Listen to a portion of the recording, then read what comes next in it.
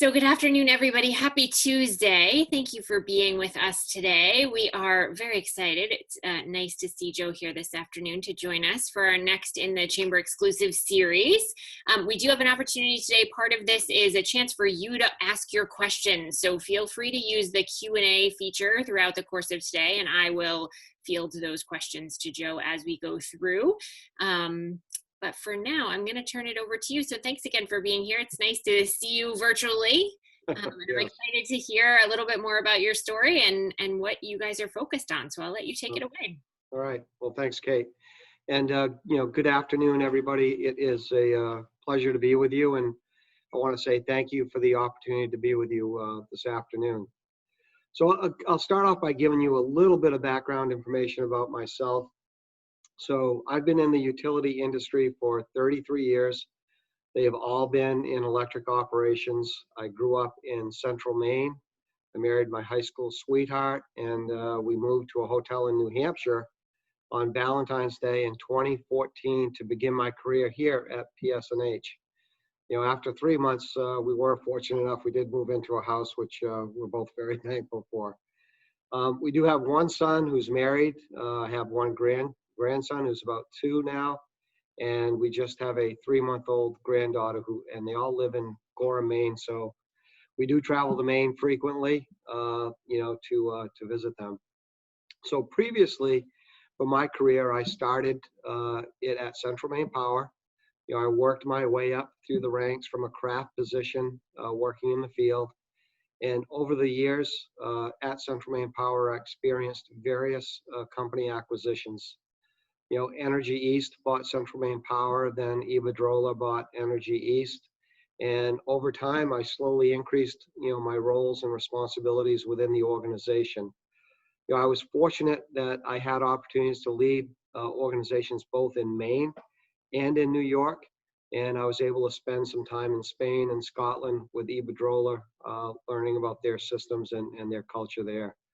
I do take my role very seriously and have focused on creating an organization, here in New Hampshire, where information about what is happening on our system is going out to the appropriate people in a timely fashion to make decisions as expeditiously as possible. I'm into the details. For example, any outage on our system that's greater than 250 customers, I get a text in real time. And it doesn't matter what time of day or night or day of the week, for that matter. I want to know what's going on the system and know how we're responding. So definitely, I get into the weeds of the business and, I'm very conscious of our performance. So enough about me. What I'd like to do, I've got a presentation here that if Kate could tee up, I'm going to talk about 3 things with you this afternoon. Talk about Eversource's pandemic response. I think that's top of mind for most folks. About our system reliability and the changes that we've made to our system to improve not only our reliability, but the resilience of our system. And I'll talk about our clean energy future as we see it as an electric utility company here in New England. So Kate, if you could advance to the next slide.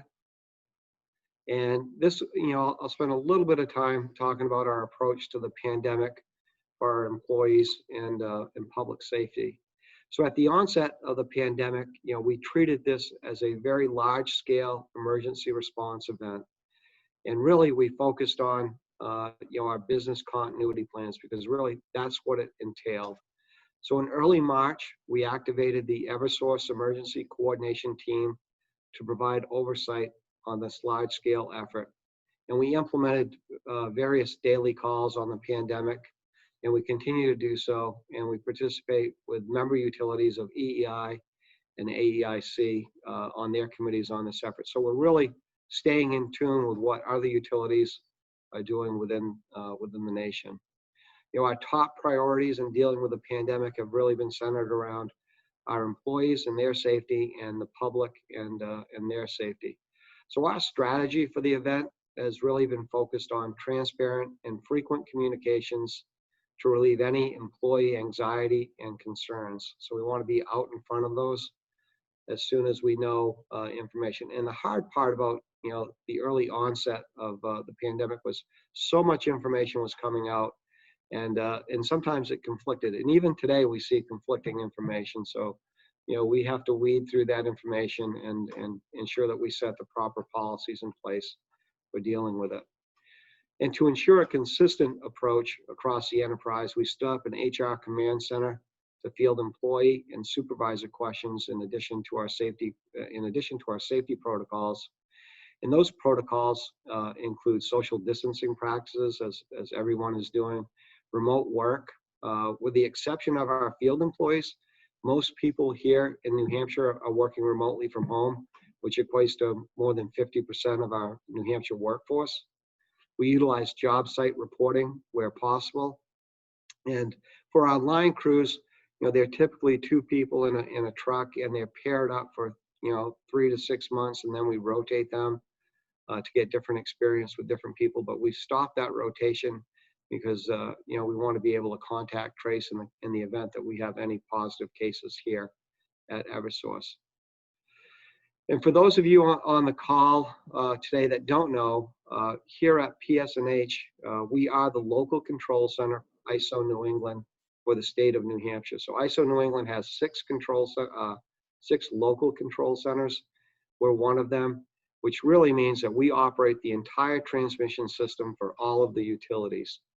And so to do that, we have 3 locations. We have a primary control center, a backup control center, and an alternate control center.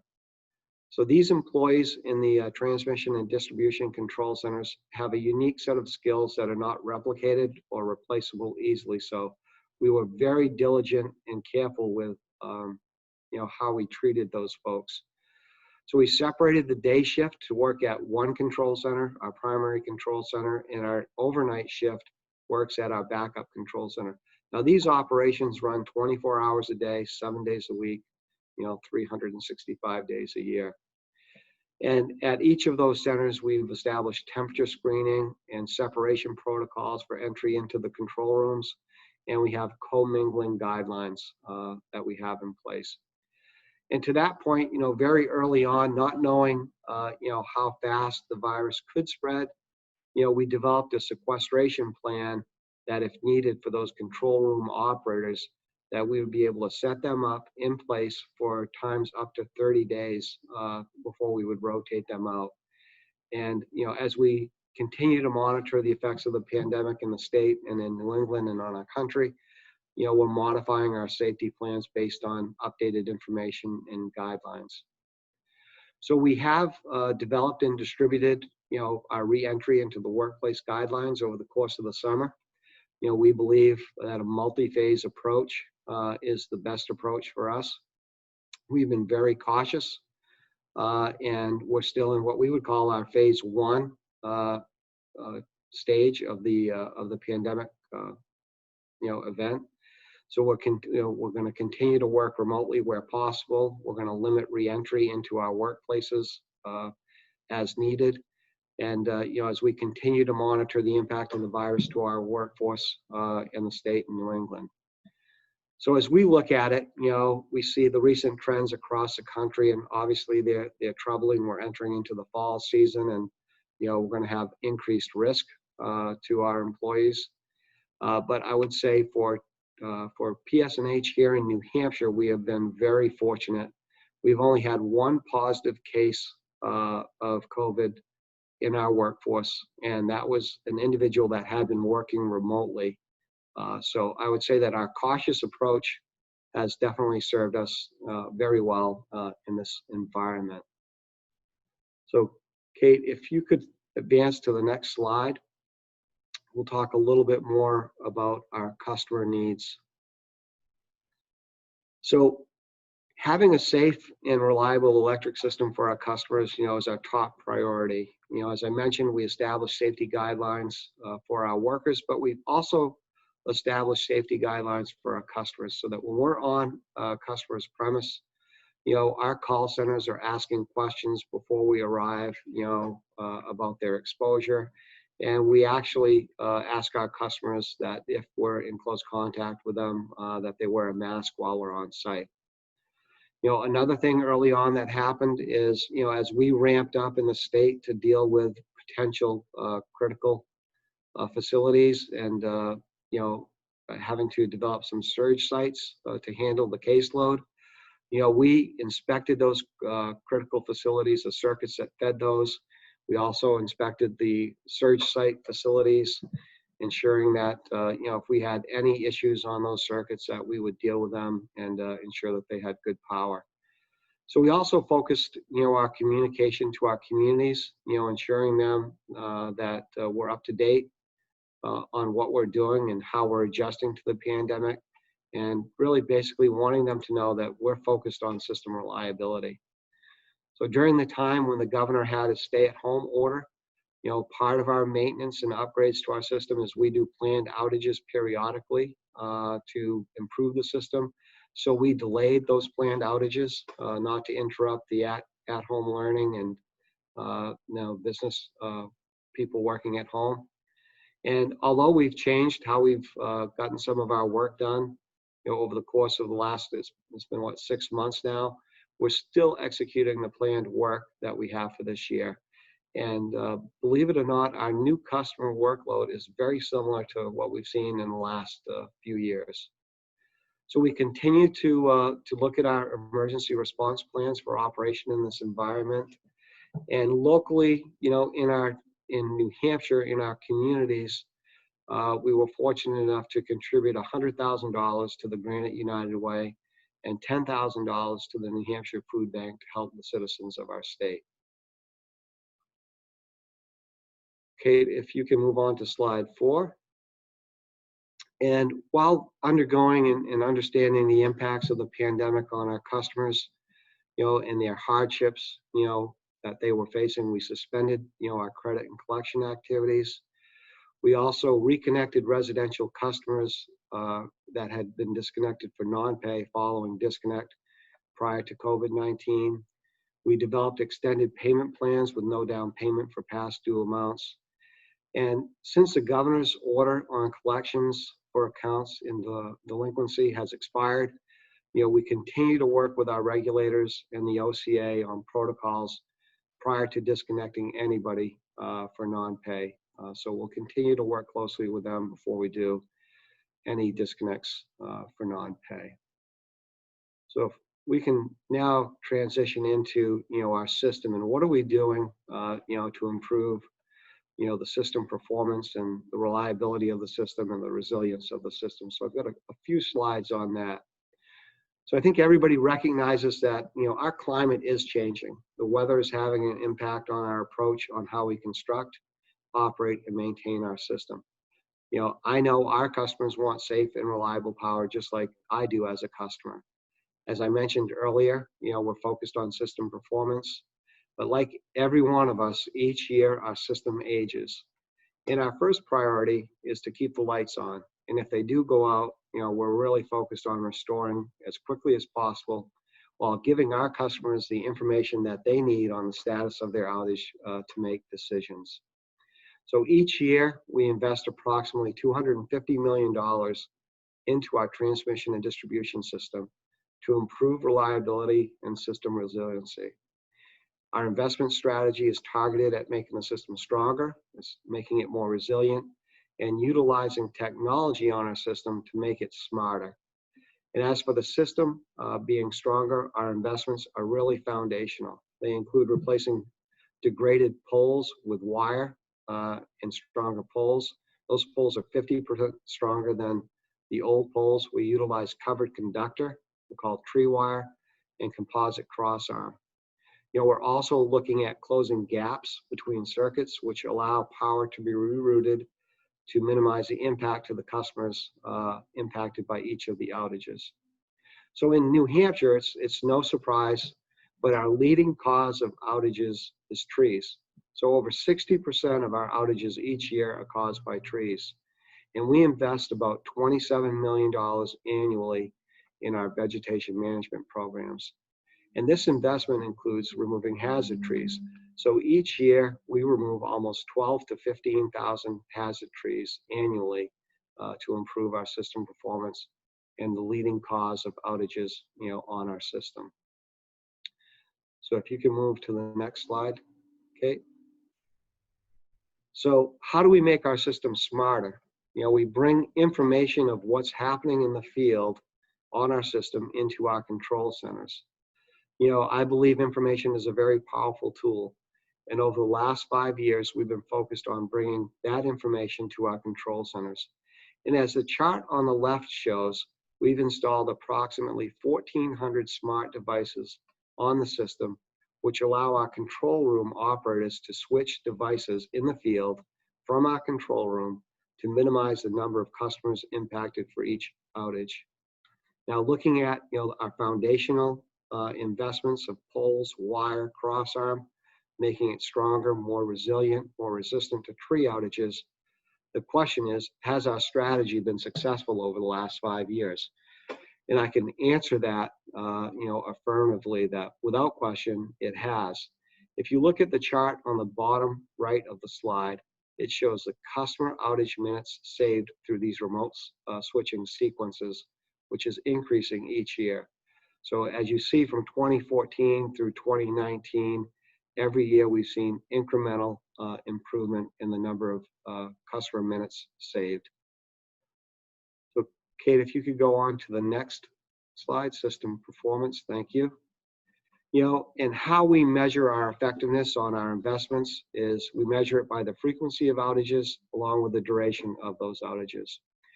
So there's two charts, on this slide, and they're probably a little difficult to interpret, but I'm going to walk you through each one. So the chart on the left looks and demonstrates that in 2014, our customers on average experienced an outage every 9 months. In 2019, our customers on average experienced an outage once every 20 months. This is illustrated on the chart by the blue trend line, which, as the blue trend line goes up, that's very positive news for our investments and our customers.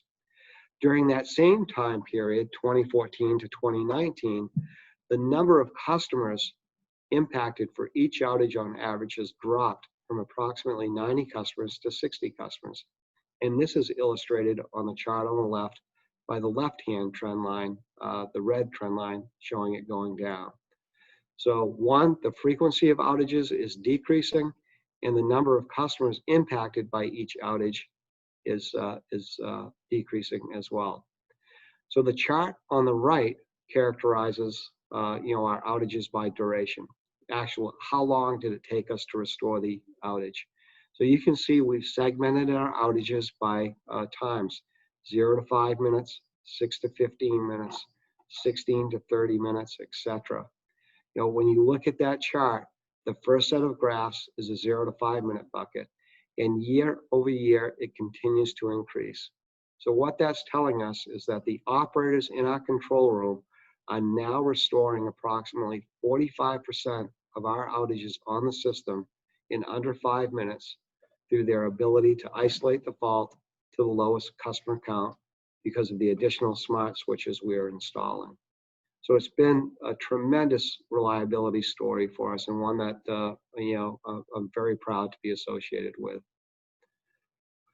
And now we'll transition it into clean energy. And Kate, if you can go into the next slide.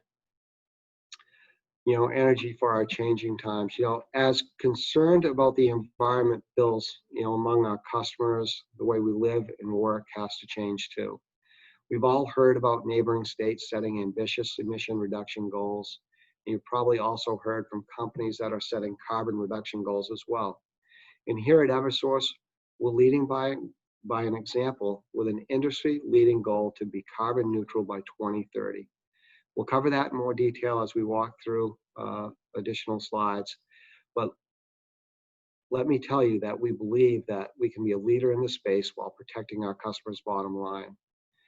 So the risk to New England from climate change, if we do nothing, could include more severe storms and coastal flooding. And without action, our customers could face significant reliability impacts on a regular basis. So we must continue to show leadership in this space to ensure the New Hampshire economy is less impacted by business interruptions. Times have changed in a lot of ways, but the commitment to reducing emissions in a significant, cost-effective, long-term manner has not. And we here at Eversource also remain committed to a carbon neutrality and a clean energy future. If you can go to slide 10, thank you. The electric grid, has a big role to play, bigger than many people realize, in a successful transition to decarbonization. In fact, the transition depends in part on a flexible, reliable, modern electricity network. We're investing in our grid, as I mentioned, and modernizing it to accommodate a growing amount of solar power and other clean energy. We now have more than 84,000 distributed generation sources like solar and wind connected to our system, and the number continues to grow. We recognize that our customers support clean energy, and we want to make it as easy as possible for them to do so. As we work to maintain a strong transmission grid, we're also involved with new sources of energy. We're leading the way in offshore wind development through a partnership with Ørsted, the world's leading developer in offshore wind facilities. You might ask why Eversource is championing offshore wind. We see it as a great opportunity for a clean energy future and one of the most affordable solutions to our customers. And we're the right people to be involved because we have a lot of experience building and operating transmission systems, moving power from place to place, while Ørsted has a lot of experience in developing offshore tracks and building wind turbines. Our skills, by far complement each other. So together, we've leased offshore areas with a capacity for up to 4,000 megawatts of offshore wind, and we have state-level commitments already for more than 1,700 megawatts. Our partnership ranks as North America's largest developer of offshore wind facilities. We're working through the siting and permitting process for those commitments while evaluating other opportunities to bid on additional state offshore wind requests. It is important that we find new sources of clean energy because since 2013, more than 4,600 megawatts of coal, oil, and nuclear power generating plants have been retired or announced plans to retire. An additional 5,000 megawatts of coal and oil-fired plants are at risk of retirement. These resources over the years have played a critical role in recent winters when natural gas supply is constrained. And with no additional gas capacity, New England will need reliable and affordable alternate sources of electricity, and offshore wind will become an important part of that solution mix. In addition to being a major new source of clean energy, offshore wind has the potential to develop into a new industry for New England and the country, with 160,000 new jobs by 2050 and a private sector investment of potentially $70 billion, according to the U.S. Department of Energy. A real clean energy transformation requires a large-scale baseload supply of affordable, renewable power. Offshore wind has the potential to be that kind of large-scale clean energy source that can serve as a bedrock of a clean energy future. And for years, as we've generated electricity, as soon as we generate it, it needed to be consumed. Today, we're proposing creative energy storage products that save power up for times when it's most needed. Battery storage can improve reliability, limit the need to build new lines, and reduce dependence on some types of fossil fuel generation plants. Storage facilities are generally housed in unobtrusive buildings that blend with their surroundings, such as a rendering that you see of a project that we're developing on Cape Cod. We also have a storage facility under development on Martha's Vineyard and are looking at other opportunities to use this developing technology in a way that helps reduce costs for customers. We are committed to finding new, creative solutions for our customers and are very cognizant of the impacts to rates. And we believe that we are uniquely situated to move forward and to protect customers at that same time. Eversource owns and operates 22 solar power facilities with 70 megawatts of capacity. For perspective, that's an emissions reducing equivalent of taking 6,000 cars off the road. We also connect to the grid almost 92,000 solar facilities belonging to our customers, totaling more than 1,600 megawatts of capacity. And we're working to make it as easy as possible for customers to add their solar to the mix. As you remember, by the way, that New England uses 28,000 megawatts of energy on its peak day. So our solar facilities are making a relatively small contribution to those needs. But meeting clean energy goals will require contributions from a lot of sources. When it comes to electric vehicles, we're supporting the development of New England's EV charging network, especially in Massachusetts, where we're investing $45 million to more than triple the number of publicly available chargers. The way that works is that Eversource pays for all the costs related to electrical infrastructure at the customer site, and the customer buys, owns, and operates the actual chargers. In New Hampshire, we support the proposed charging corridor that would add charging stations along the major interstate highways. And we are looking for opportunities to support the growth of chargers in Connecticut at the same time. But as you've probably seen in our advertising, Eversource is the #1 energy efficiency provider. And one of the easiest ways to reduce carbon emissions is to reduce the energy use, since the cleanest power is the power that you don't use. We've been ranked as the #1 energy efficiency provider in the nation. Our programs and services have helped customers save more than 11 billion kilowatt hours, enough to power 1.3 million homes for a full year. In financial terms, we save customers about $175 million per year with our energy efficiency solutions. And those solutions include the Energy Savings Plan, which is a free online tool that creates an interactive report that breaks down your energy usage and recommends saving solutions. We have rebates, system evaluations, and smart designs for new construction and renovation projects. And we have savings on efficient lighting, appliances, heating, cooling, and more. So you can learn more about all of those programs, on our website at eversource.com. So I believe that's my last slide, Kate, and I'd be happy to open it up to any questions. Awesome, thank you. So I am curious, you mentioned that your new customers, like you've seen the same numbers as you normally would. We've had conversations more kind of at the workforce level, but about the changes, especially, early in the pandemic, people were having to pay probably for more heat at their house than normal, right? Because otherwise they would have been at work during the day and not necessarily keeping the house warm during the day. So I would have expected there to be more usage during this time, because it seems, offices probably are still using the electricity even if people aren't there. Yeah, so we basically, for our load has shifted, over the course of the pandemic. So our residential residential load on the system has increased as you would expect, and our commercial load has decreased as you would expect, because not as many businesses have operated. But all in all, when we look at our load curve, it's been relatively stable. So we're not seeing, the ins and outs really are equitable on our system. So we're not seeing any, dramatic increases or dramatic decreases, on system requirements on the demand. Very interesting. Yeah. So those of you who joined us, you can use the Q&A feature, or you can send a chat message to me through Zoom if you have a question. Joe, a little bit of a sidebar. When you were a kid, what did you want to be when you grew up? I'm curious how you ended up. Well, it was, I was into sports.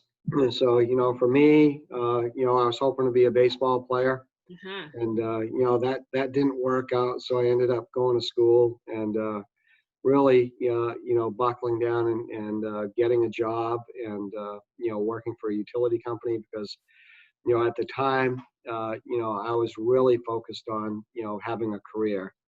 The utility industry is, typically a very stable industry. And I felt like, over time, if I worked hard, and paid attention, good things would happen. And I've been blessed with a lot of good opportunities in my career. And I'm very happy to be here in New Hampshire, another New England state. And, being a rural Maine kid, this is like going to Florida. It's like, south. So it's been a good transition. Great. Okay, so I do have a question for you. So let's see. So There was an op-ed not that long ago from Dan Weeks that said solar cuts transmission costs for everyone. And the asker says, I suspect that might be a misleading statement. Would you help us understand why it might be a misstatement and why Senate Bill 159 was a bad piece of legislation? So when it comes to our legislative, conversations that we have in the Senate bills, Donna Gamache usually has a better handle on what's happening with those bills. And I don't know if we can unmute Donna to speak. Yeah. He's on. Here we go. Donna, you should be able to unmute yourself. Can you hear me? I just Yes. unmuted. Perfect. Okay, great. Thank you for the question. Thanks, Joe. I don't think that Dan Weeks was saying anything that he thought was incorrect, but there is a lot of misinformation about the transmission system and whether or not when you use net metering and have small scale solar or even hydro, there's this misconception that you're not using the transmission system because basically your power, the power you produce, if you're not using it, is going to your neighbor. The truth of the matter is that the system, and Joe knows this and can probably speak to the electron part of it better than I, but it takes our entire system to move everything, including the transmission system. So to say that that they are not taxing the system and therefore they should get a subsidy for that is incorrect. Our customers have to pay for the system, and they are not only are they using this entire system to receive power when they need it, but they're also using it when they're moving power out. So that it's just it's a lot of people are not aware of just how the electrons work. So I don't think that Dan intentionally tried to mislead, but it is very confusing. And Senate Bill 159 is just one of many pieces of legislation that the legislature was dealing with concerning net metering. And the whole issue of net metering is that it was originally intended to encourage people to build small scale renewable generation that they would use themselves, and therefore they would cut their own electrical costs because they were, instead of using our system for, I don't know, 2 hours out of the day or 5 hours out of the day, they were using it for the balance. So they would pay less to their electric utility. But now these homeowners and businesses are encouraged under net metering to oversize their system so that they don't use it all and they're selling it back to the utility. And so the utility under the net metering laws are required to purchase that output. And instead of purchasing it at what we would purchase the same power from the market at, which is about 3 to 4 cents a kilowatt hour, depending on the size, it can be as high as 18 cents or as high as, or even 8 cents. So that's where and depending on the growth, and all of these bills are intended to grow that. And the governor has been very much opposed to I think he probably would have accepted some growth in net metering if you could contain the growth, but there is no way of containing net metering. Our sister states have done that, and it's exploded. And then what they've had issues with is just trying to find ways to have to upgrade the system to move all that power around, because now you've got a system that has to move power in both directions, where it was initially designed to move it in one direction. So all of those bills failed because of the governor's vetoes, and all of those vetoes were sustained. 100% of them were sustained by the legislature. So in next legislative session, there'll be more. I'm sure of it. So, and I'll just add, our distribution and transmission system in New Hampshire is really a unique system.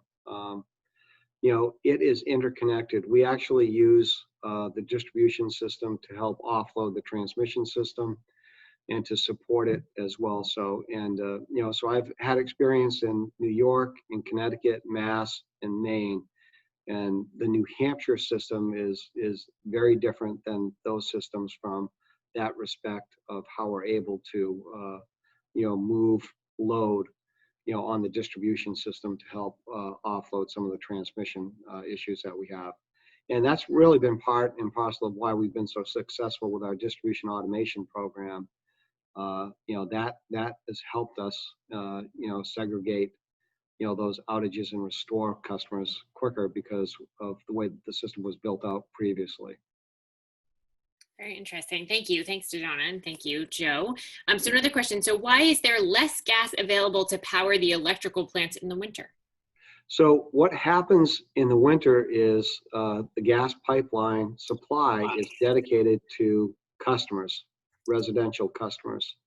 And when it gets colder, the residential demand goes up, which means that the excess supply goes down, which is used for the generating plants. So it's a supply and demand issue. When it gets colder, residents crank up the heat and they're using more, and the supply available to the generators decreases. So I'm sure you have the answer to this. What kind of winter are we in for? So the latest, I wish I look at the weather all the time, being in this industry. So I get 3 weather reports each day, 7 days a week, one in the morning, one in the afternoon, and one in the evening. We get forecasts, that look at, what's today's weather, what's the next 2 to 3 days, what's the next 4 to 5, and what's the 6 to 10 day outlook. So the latest forecast that I saw on the winter was that it was going to be similar to what we had last year. Not as much snow, a little warmer than typical, but it's just it's the way that the jet stream is lined up over the earth, and will be controlling the weather patterns. And the ocean temperature in the Pacific. You get to learn a lot about the weather when you get all these reports, but yeah. Well, and it's so interesting. So I check the weather every couple days just to sort of see what's upcoming. But at some point, maybe 6 months or a year ago, my dad made a comment about how much windier it is. He's noticed in the last few years how much windier it is. It's almost like when you get a new car and someone, suddenly you see the car everywhere. Like now that my dad has said that, it's so noticeable to me how much windier it seems than it used to be. It's just interesting once you start paying attention at a different level that you notice. Yeah, and as far as the wind impacts on our system, it's very different in the winter with no leaves on the trees than it is in the summer. So in the winter, when the wind blows in blizzards at 50 miles an hour, we typically don't have a lot of issues. The wind blows 50 miles an hour in July or August, we'll have a lot of issues because of all the trees and they're bending and breaking and interrupting service to our lines. Yeah. So question along those lines. So being a Maine native, what do you think about the wind potential off the Gulf of Maine? Most development seems to be south of northern New England. So actually, Maine is the ocean is a little deeper off the Gulf of Maine. And, the studies that I've seen and heard about indicate that although it would be, because of it, it would be a little bit more difficult, but the wind potential in the Gulf of Maine is tremendous. And there's great opportunity there. And, the Bureau of Ocean and Energy Management, will be looking, at that and really determining what next steps are. But, as with everything, I think we've seen some offshore wind development, in Block Island, et cetera, that's been very successful. And as I mentioned, in the slideshow, we've got a few projects on tee with Ørsted, and we're looking forward to getting those permitted, starting the construction, and just being able to help offset the base load generation losses that we're going to see, because that's going to be the real issue for us in the future. Is a lot of these renewable energy resources are intermittent, and our fossil and nuclear and gas-fired plants are base load. They run 24 hours a day as long as there's a fuel supply. So when you're looking at wind and solar, you've got to have a lot more, in the days that, the sun doesn't shine or the wind doesn't blow. And then you have to have a way to capture the excess with storage on the days that, are really good days to produce, and then redistribute it at a time that's needed. For sure, and I'm sure, I mean, it's a moving target, right? Like so many things, to know what the weather might be like 20 years from now, what the needs are going to be, right? Like it's so many different moving parts, I'm sure. Yeah, but when I think about just the pandemic, right, and you think about what's happening, so the impacts of the pandemic will change. Well, there'll be some permanent changes that will be a result of the pandemic and how we learn, how people work. I mean, businesses now. I mean, as a utility business, if you were to ask me in January, could we have over 50% of our workforce working remotely and still be effective? I would have questioned it, but and not from an effort of our employees, but from a technology perspective. It's different when you have everybody in the office and your systems are all set up. When you have to rely on everybody's at-home network connections and getting in and being able to operate the system remotely, that puts additional strain on the system. So we've had to buy additional, what I'll call pipeline infrastructure, IT infrastructure to communicate into our systems. And, we adapted very quickly during the pandemic to do that and made those decisions. And, they've definitely paid off. We've had some major events, storm events, where, we've been able to manage those remotely, across the 3 states. So definitely, the world has changed, and it's going to continue to evolve, as we see the impacts of this pandemic. Well, and it's interesting to sort of keep expectations. So this is not an Eversource thing. This was more of an internet connectivity thing. But earlier this spring, so we've been hosting events virtually. And so it's sort of up to my home network. And so there was a day we were hosting a Zoom, it was happy hour. And thankfully one of my staff was on, because I think in the 45 minutes I got kicked out of Zoom a dozen times. Yeah. And, it's sort of our professionalism depends upon my reliability at home, which is sort of upping the expectations. But that's hard, right? To sort of remember. I mean, it's just creating some interesting obstacles, I'm sure, for the internet providers, for electric providers, everything. Just it just makes you think differently about the customer base, and how people are working. And the importance, and we all know how important electricity is to everybody's lives. When you walk through the door, you want to be able to flip the switch and you want the lights to come on and, be able to go about your business. And, that's what we're targeting. And that's why we're making the investments that we make. That's why, we're focused on, if the lights go out, do we have the right resources responding? What are their needs? Do we need to send additional crews or materials based on what information we're getting? We have set up and transformed, here at Eversource, in the last 5 years. We didn't have a distribution control center. All of the calls came into the call center, and the call center would dispatch. Now we have, an organization of 30 plus people that use our outage management system that we put in 2015 and see the calls coming in and can dispatch crews. Our crews have iPads in their trucks. They can see the information from the calls on their iPads. They can go right to the predicted location of the outage without patrolling the whole circuit. So we've seen some, technology has been a game changer for us. And, for example, when we did an enterprise outage management system, so in Isaias, after we cleaned up our outages here in New Hampshire, our crews went down to Connecticut to help out. And our crews were actually being dispatched by our control center operators here in New Hampshire. And they would be communicating with our crews. So, 5 years ago, we couldn't do that. They would all have to be communicated with by the Connecticut control rooms. So really been, a game changer for us at Eversource. And, we're going to continue to make those type of investments to ensure that we get, good responses from, all of our employees to our customers. Well, so speaking of which, what are you doing with the building on Amherst Street in Nashua? In Amherst Street, we're renovating that building.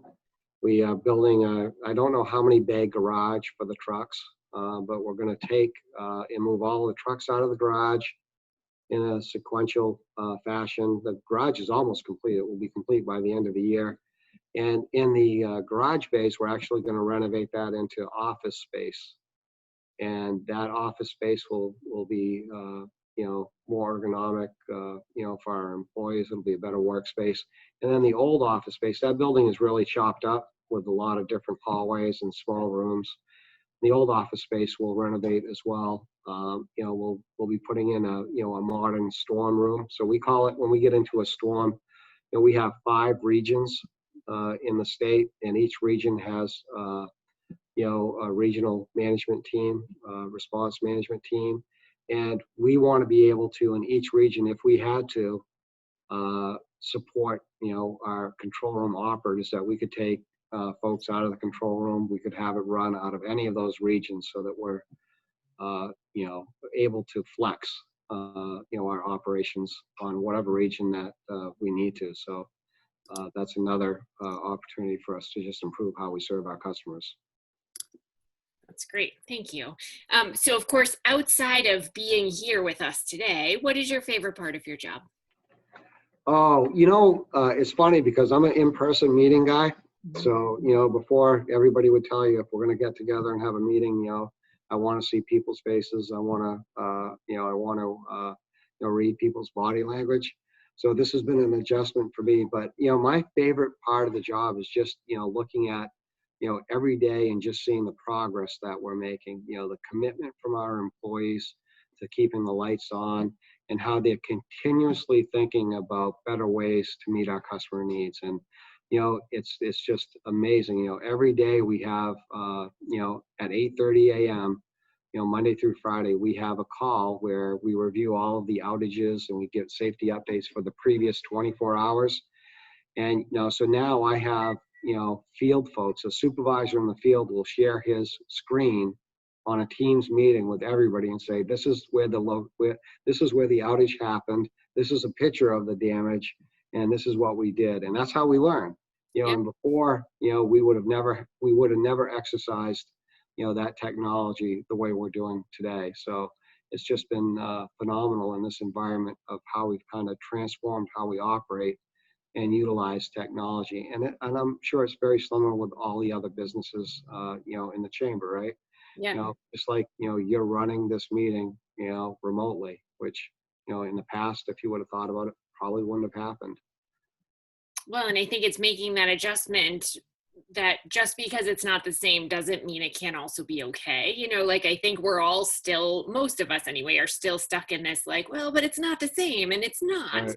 Right. But I think it's sort of, at some point adjusting to, well, but it's, it's better than not connecting, and it's allowing some of those opportunities that you're talking about. I think it's neat that we get to see, and this is, informal, but, people's pets, or, what their home office wall looks like. I think it gives us a glimpse into more of a personal aspect of folks, which we wouldn't have gotten to see. So there are some bright sides. You touched upon this a little bit.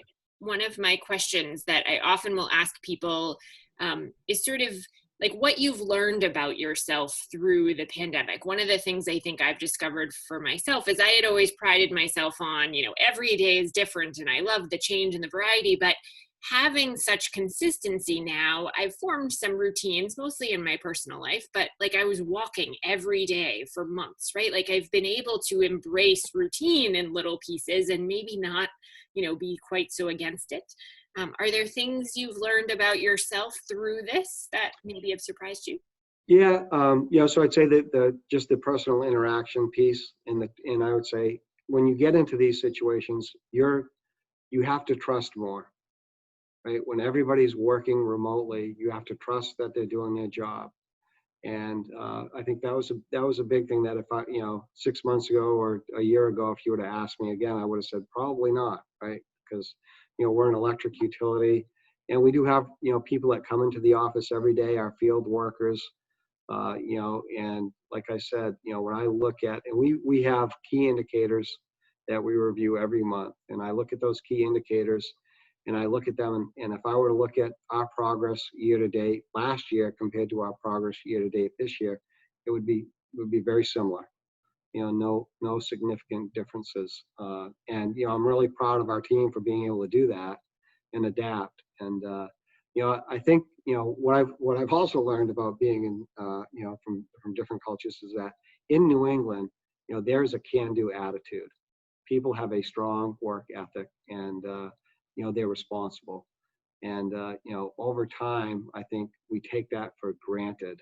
And, we just got to be careful about that. But I would say, by and far, I think the ability to let go and trust more, has been one of the things that I've learned about myself, and will still be successful. Yeah, it's good practice, I think. Yeah. There's a lot of like personal challenges that are good for all of us. It is. It is. Um, And I'll say I'm even busier than I was before. Because before you travel to meetings, and the day starts at 7 and your last call is usually over at 5 or 5:30. And it's just jam packed, and so there's a lot more efficiency. I think the one thing that we have to be careful, in the pandemic is, how do you the line is getting blurred, between work and home and that work-life balance, and I think we have to be careful. But I think there's been a lot more efficiency for myself, at least, personally. Yeah, I saw at some point a couple of months ago a tweet that said something like, I think we should stop calling it working from home and start calling it living at work, which, right, it's two sides of the same coin, but yeah. So certainly I feel like we've learned a lot today, but if there was, maybe something we don't know or something you sort of want to leave us with, is there something? I would say that, we will continue to focus, on providing safe and reliable and cost-effective power for our customers. That's our main purpose. And, we want to keep the public safe. We understand the challenges of everybody working from home. Our employees are working from home.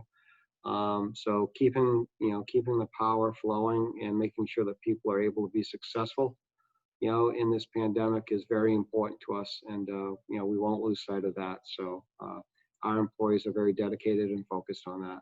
So Thank I you. do want to say thank you, and appreciate the time and the opportunity to speak with everybody today.